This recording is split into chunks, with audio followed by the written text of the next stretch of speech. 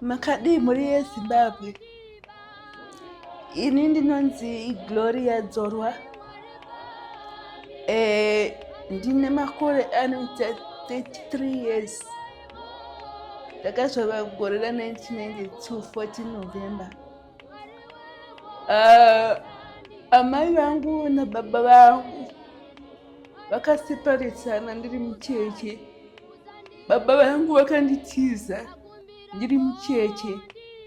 Vanzwa kuti mwana wenyu akaremara. Vakatiza nevamwe vana 3. Inini ndini wechi4 mukuberekwa kwedu pavana vamai vangu nababa vangu. Ndini wechi4. Vanditiza kudaro. Ndakasara ndichichengetwa namama wangu.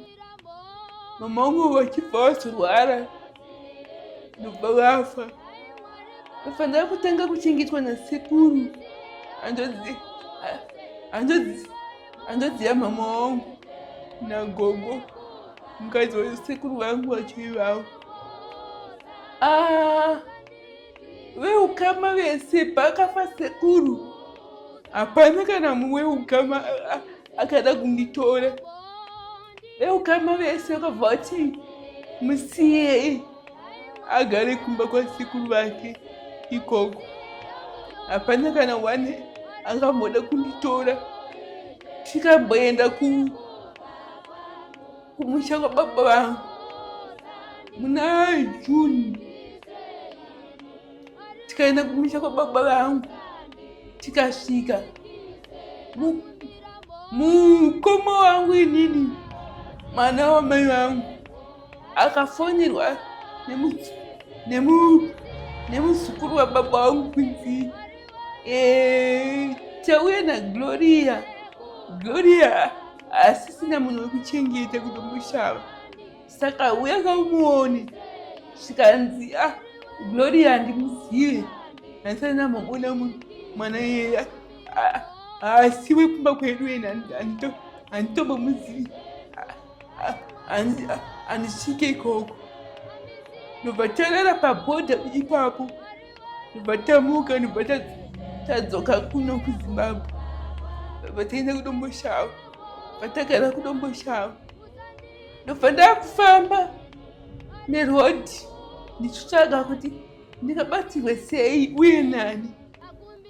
Ndobva ndataura kune mumwe muneiba wepamba pagogo vangu. Ndikati inini ndinoda kuita basa rekuimba. Saka ndiita sei? Ndobva anditi sekuru vangu, sekuru Bishop Musa vane shamwari yavo inoimba. Saka iwewe sekuru Musa vari kuita sei? Vari kuuya kupi kunoku. Ndobva vauya Bishop kudomboshava. Ndobva muzukuru waBishop vavo ndobva vauya kumba kwedu. Vandataura navo ndikati Bishop ndikutsvaga pekugara. Ndikutsvaga kuti angatibatsire nepekugara ndiani.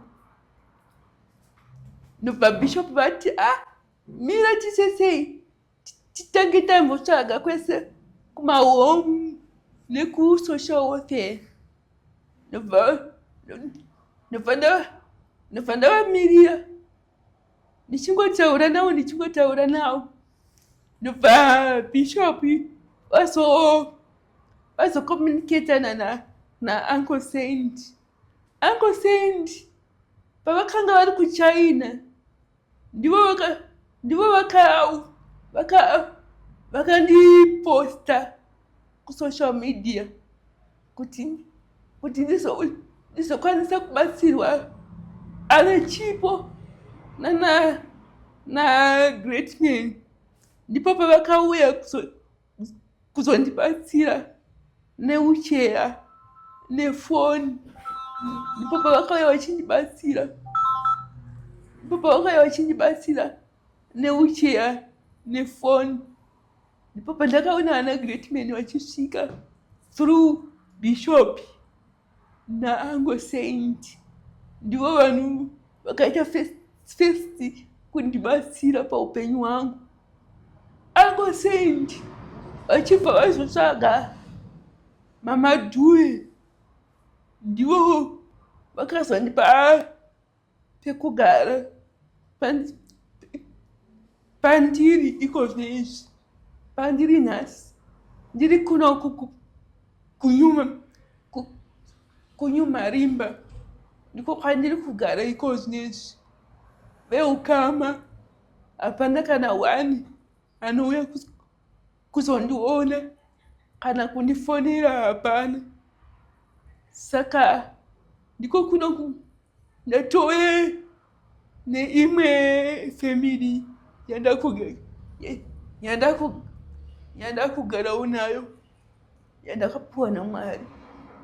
Ndinotenda muri yeZimbabwe, Mwari ndiMwari vanogona, ndiMwari vane rudo, asi pane mamwe machallenges atinosanganawo nawo pari zvino izvi, sekuti tinoda chekudya, chekupfeka, chekufuga nezvimwewo zvakangodaro daro.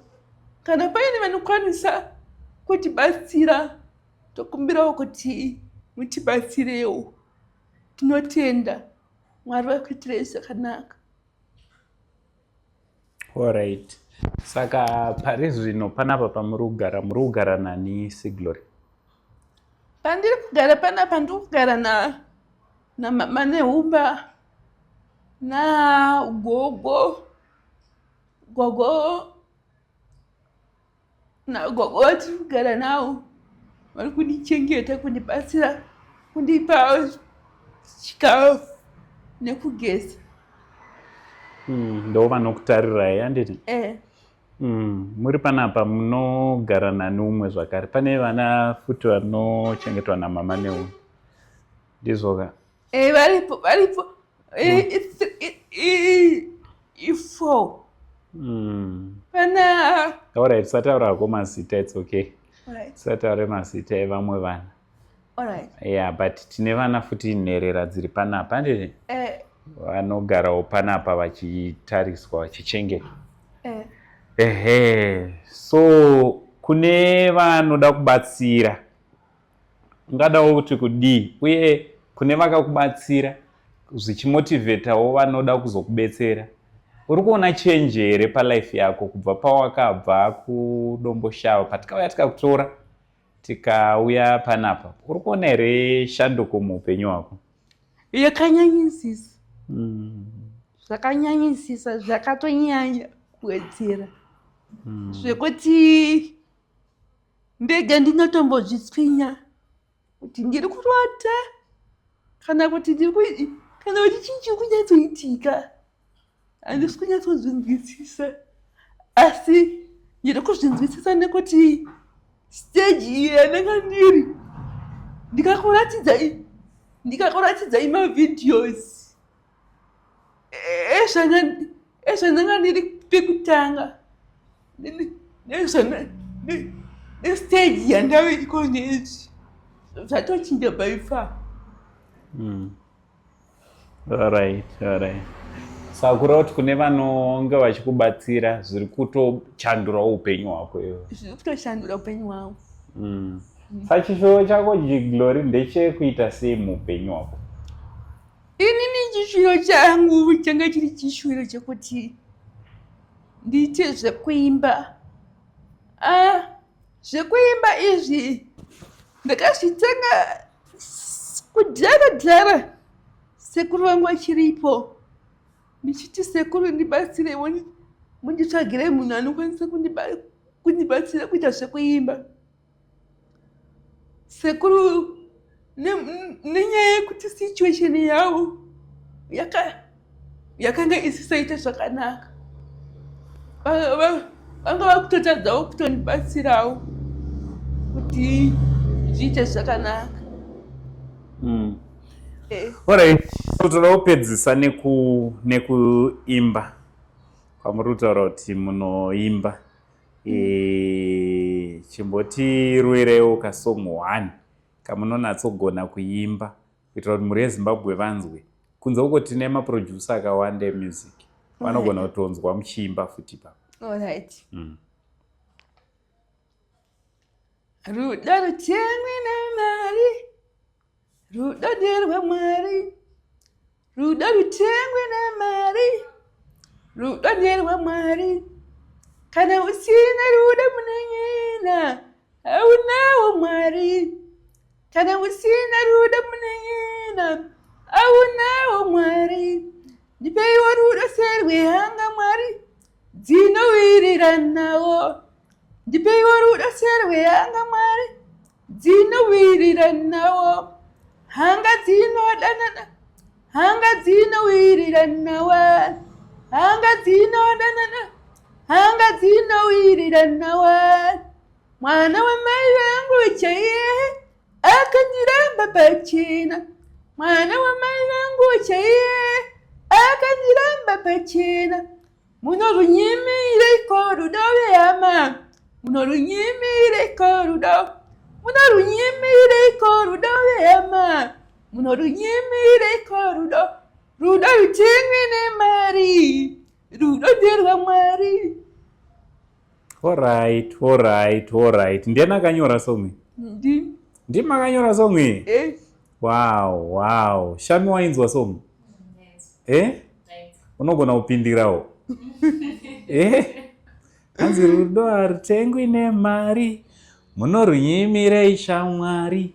Rudo harutengwi nemari, munorunyimire hama. Mwana wamai vangu akandiramba pachena. Mwana wamai vangu akandiramba pachena. Dai matipawo rudo runoita kunge rwehanga. Dai matipawo rudo runenge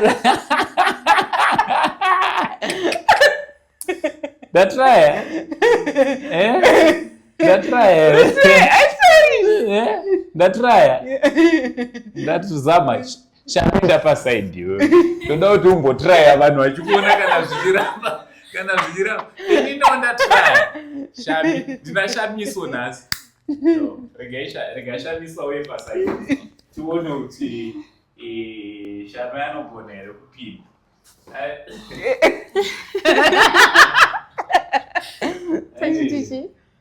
Alright, Glory chimbotanga kuimba wega. Shami anozopindira. She's an artist. Right. Saka ndoda kuti mumake hama dzangu kuti zvaitwa naango Saidi kana zvichaitwa navasikana tuwa.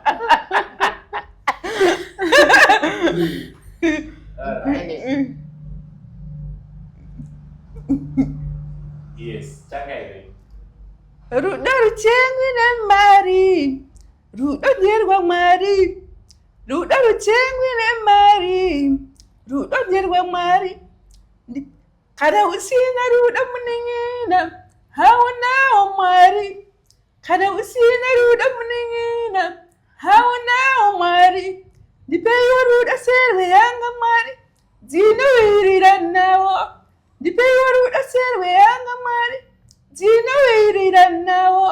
Hanga dzinodanana, hanga dzinowiriranawa. Hanga dzinodanana, hanga dzinowiriranawa. Mwana wamai vangu chaiye akandiramba pachena. Mwana wamai vangu chaiye akandiramba pachena. Munorunyimire rudo vehama, munorunyimire rudo, munorunyimire rudo vehama, munorunyimire rudo. Rudo rutengwe namari, rudo nderwaMwari. Alright. Chishamiso, haungakundwe nazi. Okay, rudo rutengwe namari, rudo nderwaMwari. Rudo rutengwe namari, rudo nderwaMwari. Mwari ndipeiwo rudo serwehanga. Mwari ndipeiwo rudo serwehanga. Mwana wamai vangu chai akandiramba pachena. mwana wamai wangu chai akaniramba pachena. Munorunyimire rudo, rudo nderwa Mwari.